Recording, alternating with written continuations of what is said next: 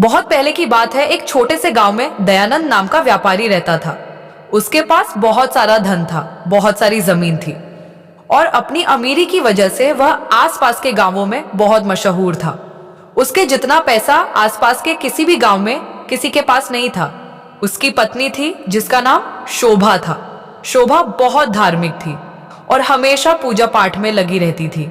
इसके विपरीत दयानंद भगवान में विश्वास नहीं करता था और पूजा पाठ को वह फिजूल खर्च समझता था। जहां एक तरफ उसकी पत्नी दान धर्म में विश्वास रखती थी, वहीं दयानंद किसी को एक फूटी कौड़ी तक नहीं देता था।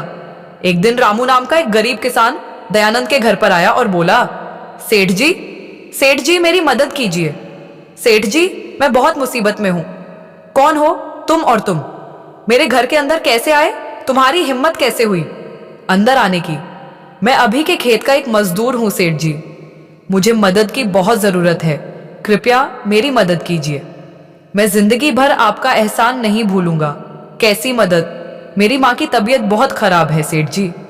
डॉक्टर साहब ने इलाज के लिए बहुत सारे पैसे मांगे हैं, लेकिन मेरे पास पैसे नहीं हैं। अगर वक्त पर मेरी माँ का इलाज नहीं हुआ तो वह मर जाएंगी। कृपया मेरी मदद की और मेरी माँ को बचा लीजिए। मैं मरते दम तक आपका एहसान नहीं भूलूंगा। मैं पूरी जिंदगी आपके खेत में काम करता रहूंगा। बस एक बार मेरी मदद कर दीजिए। तुम्हें क्या लगता है पैसे क्या पेड़ पर लगते हैं जो तुम्हें तोड़ कर दे दूं? मैंने यह धन बहुत मेहनत से कमाया है, तुम जैसे लोगों पर लुटाने के लिए नहीं। चलो निकलो यहाँ से। ऐसा मत कहिए सेठ जी, मना मत कीजिए। आप मेरी आखिरी उम्मीद हैं। अगर आप मना कर देंगे तो मैं कहाँ जाऊंगा? इस समय आप ही मेरे लिए भगवान के समान हैं। तभी शोभा वहां आ गई और बोली, जी मेरी बात सुनिए। वह कितना गिड़गिड़ा रहा है, कितनी मिन्नत कर रहा है। आप उसकी मदद क्यों नहीं कर देते? बेचारे की माँ की जान बच जाएगी। इतनी उम्मीद से आपके पास आया है, मदद कर दीजिए। आपके पास तो इतना धन है, थोड़ा सा उसे दे देंगे तो आपका धन कम नहीं हो जाएगा। भगवान ने आपको इतना सब कुछ दिया है। तुम चुप करो। तुम्हें बीच में बोलने को किसने कहा? मैंने ये पैसा बहुत मेहनत से कमाया है। तुम्हारे भगवान ने आकर मुझे कोई पैसे नहीं दिए और तुम चाहती हो कि मैं ये पैसा इन गरीबों पर लुटा दूं। अगर मैंने आज इसको पैसे दिए तो कल कोई और गरीब भीख मांगने आ जाएगा। क्या मैं सबको ऐसे ही पैसे लुटाता रहूं? तुम अंदर जाओ। मुझे अच्छे से पता है कि मुझे क्या करना है। तुम्हारी सलाह की कोई जरूरत नहीं। और तुम अब तक यहाँ क्या कर रहे हो? निकलो यहाँ से। कोई पैसे वैसे नहीं मिलने वाले, कहीं और जगह भीख मांगो। रामू रोते रोते वहां से चला जाता है। घर जाने पर रामू की पत्नी रानू से पूछती है, क्यों जी, सेठ जी ने क्या बोला? उन्होंने आपकी मदद की या नहीं? नहीं, वह कमला सेठ जी ने मुझे बेइज्जत करके घर से बाहर निकाल दिया। उन्होंने मेरी कोई मदद नहीं की। तुम तो सेठ जी को जानती हो कमला, लेकिन मेरे पास उनके अलावा कोई और रास्ता नहीं था, इसलिए मैं उनके पास गया था। अब क्या होगा? कमला माँ की तबीयत तो और ज्यादा खराब होती जा रही है। तभी वहां पर शोभा आ जाती है। अरे सेठानी जी, आपको मुझसे कुछ काम था तो मुझे बुला लिया होता, मैं आ जाता। अपने आने की तकलीफ क्यों की? मोह, तुम यह पैसे लो और अपनी माँ का इलाज कराओ। और एक बात याद रखो, यह बात किसी को कानों कान पता नहीं चलनी चाहिए कि मैंने तुम्हारी मदद की है। तुम सेठ जी को अच्छी तरह जानते हो। अगर उनको पता चला तो पता नहीं गुस्से में आकर वह क्या करेंगे। सेठानी जी, आप मेरे लिए साक्षात भगवान बनकर आई हैं। अगर आज आप ना होती तो मैं अपनी माँ का इलाज कभी नहीं करवा पाता। मैंने तो पूरी तरह से उम्मीद छोड़ दी थी। मुझे लगा था कि अब कुछ नहीं हो सकता। मैं आपका हमेशा आभारी रहूंगा। मैं आपका यह एहसान पूरी जिंदगी नहीं भूलूंगा। भगवान आपको तमाम खुशियां दे। आपका बहुत बहुत शुक्रिया सेठानी जी। चलो कोई बात नहीं, मैं अब चलती हूँ। अगर थोड़ी देर और रुकी तो किसी ने देख लिया तो बवाल हो जाएगा। रामू ने खुशी खुशी पैसे लिए और अपनी माँ का इलाज करवाया। कुछ ही दिनों में उसकी माँ पूरी तरह ठीक हो गई। रामू अपनी माँ से बोला, माँ, मैंने तो उम्मीद ही छोड़ दी थी कि मैं आपका इलाज करवा पाऊंगा, लेकिन आज सेठानी जी की वजह से आप जिंदा हैं। अगर सेठानी जी ने उस दिन हमारी मदद नहीं की होती तो शायद आप आज हमारे साथ नहीं होती। सच में माँ सेठ जी जितने क्रूर हैं, सेठानी जी उतनी ही दयालु और अच्छे दिल की हैं। उनका यही एहसान मैं कभी नहीं भूल पाऊंगा। उन्होंने अपने पति के खिलाफ जाकर हमारी मदद की। कुछ दिन बीत गए। एक दिन किशन नाम का एक कर्जदार दयानंद के घर आया और बोला, राम राम सेठ जी, आओ किशन, मैं तुम्हारा ही इंतजार कर रहा था। यही मैं सोच रहा था कि तुम अब तक कर्ज लौटाने क्यों नहीं आए। मैं तो कल तुम्हारे घर आदमी भेजने ही वाला था। अच्छा, लो मेरे पैसे, ब्याज समेत पूरे तो लाए हो ना सेठ जी। दरअसल बात यह है कि बेटी की शादी में खर्चा बहुत ज्यादा हो गया और मैं आपकी ब्याज की रकम नहीं जुटा पाया हूँ। यही बताने के लिए मैं आपके पास आया था। मुझे कुछ और दिनों की मोहलत दे दी। जे तुम्हारी हिम्मत कैसे हुई बिना पैसे के मेरे घर आने की? अगर बेटी की शादी करने की औकात नहीं थी तो बच्चे पैदा ही क्यों किए? और किसने बोला था शादी में इतना खर्च करने के लिए? गरीब हो तो गरीबों की तरह शादी करनी चाहिए थी ना। अब मैं कुछ नहीं सुनने वाला। जो जमीन तुमने गिरवी रखी है उसे बेचकर मैं अपनी रकम वसूल करूंगा। तुम्हें जो करना है कर लो। नहीं सेठ जी, ऐसा मत बोलिए। वह छोटा सा खेत ही तो मेरी जिंदगी गुजारने का एकमात्र साधन है। कृपया ऐसा ना करें। अगर वह खेत भी चला गया तो मैं क्या खाऊंगा? मेरे बीवी बच्चे भूखे मर जाएंगे। ऐसा अनर्थ ना कीजिए सेठ जी, मैं रास्ते पर आ जाऊंगा। कृपया मुझे थोड़ी मोहलत दे दीजिए। अच्छा ठीक है, मैं तुम्हें सिर्फ 2 दिन की मोहलत दे रहा हूं। 2 दिन में तुम कुछ भी करो, अपना घर बेचो, अपनी जान दे दो, जो चाहे वह करो, मुझे कोई फर्क नहीं पड़ता। बस मुझे मेरे पैसे ब्याज समेत वापस चाहिए। शोभा अंदर से यह सब सुन रही थी। हे भगवान, कोई आदमी इतना कठोर कैसे हो सकता है? मैं तो इनके स्वभाव से तंग आ चुकी हूं। इनको अपनी संपत्ति का बड़ा ही घमंड है। इंसान को कभी किसी बात का घमंड नहीं करना चाहिए। अगर उस दिन मैंने रामू की मदद ना की होती तो इनकी वजह से बेचारा रामू अपनी मां को खो देता और पाप इनको लगता। पर इनको कौन समझाए? इनके पास इतनी संपत्ति होने के बावजूद यह कभी किसी की सहायता नहीं करते। हे भगवान, मैं ये सब नहीं देख सकती। आप कृपया कुछ ऐसा कीजिए कि मेरे पति सुधर जाएं और लोगों की मदद करने लगे, उनके मन में दया की भावना जाग जाए। हे प्रभु, मेरी इतनी सी इच्छा सुन लीजिए। मुझे आपसे कुछ नहीं चाहिए। बस इसी कारण मैं दिन रात आपकी पूजा अर्चना करती रहती हूँ कि एक दिन मेरे पति जरूर सुधरेंगे, पर दिन ब दिन वे और कठोर होते जा रहे हैं। किशन निराश होकर सेठ के घर से निकल गया। थोड़ी दूर जाकर वह एक पेड़ के नीचे बैठ गया और सोचने लगा, हे भगवान, अब मैं क्या करूं? कहां से पैसे लाऊं? 2 दिन में इतनी बड़ी रकम जुटाना नामुमकिन है। अगर मैंने पैसे नहीं लौटाए तो सेठ जी मेरे खेत की नीलामी कर देंगे। मैं तो सड़क पर आ जाऊंगा। मेरे बीवी बच्चे भूख से मर जाएंगे और मैं यह सब नहीं देख पाऊंगा।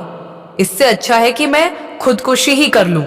शायद मेरी खुदकुशी से दयानंद सेठ को थोड़ा तरस आ जाए और वह मेरे खेत को मेरे घर वालों को लौटा दे।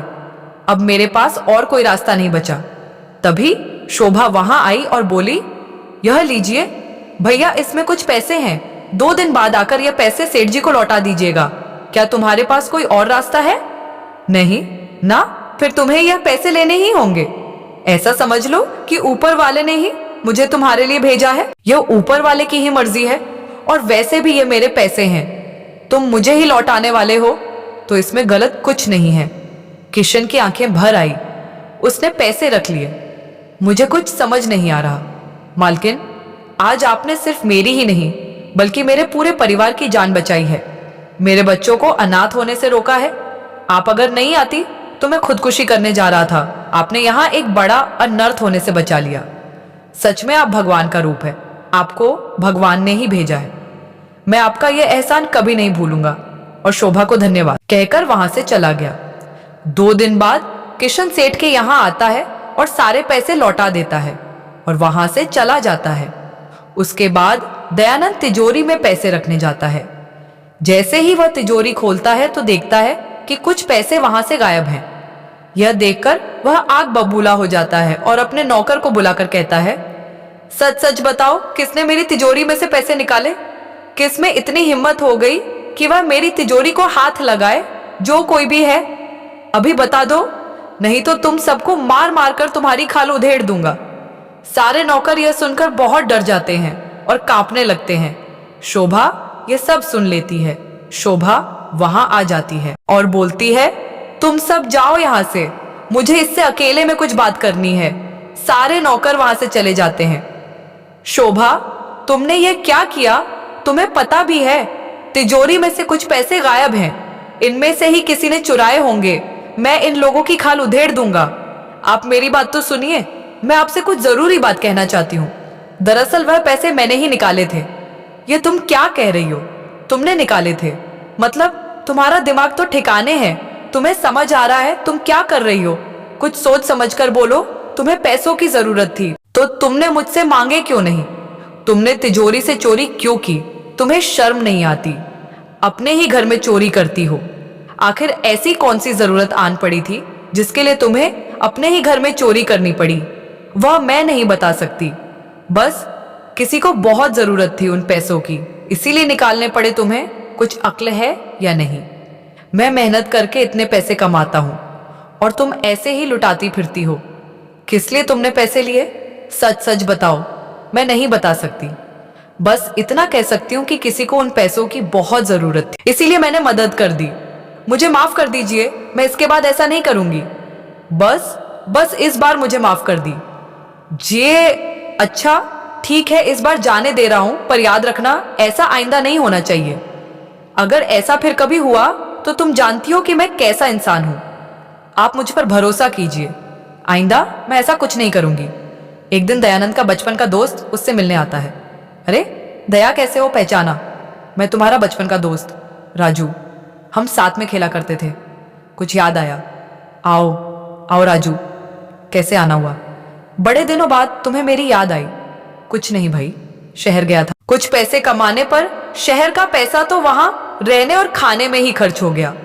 सोचा घर जाते जाते तुमसे कुछ पैसे मिल जाए तो अच्छा होगा।